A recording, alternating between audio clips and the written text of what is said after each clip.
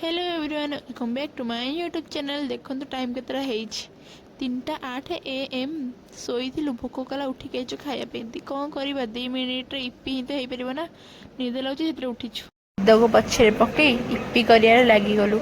EP कले तो टे खाइबू भोकटा मेंटिब कि गोटे कथा कहे क्या कहबेनि आमर आड़े नुह तेल पड़ सारापर पिज पड़े आपड़ क्या कहे ना किए करदेव।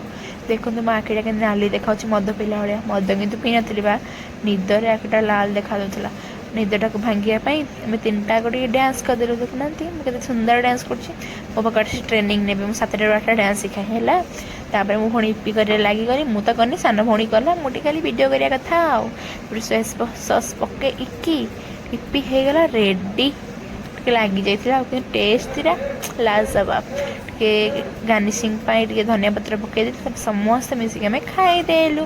देखो टाइम के 3:26 जाइए फोन आने 3:26 है। आप लाइक सब्सक्राइब कर जाते मुझे सोईबी टाटा।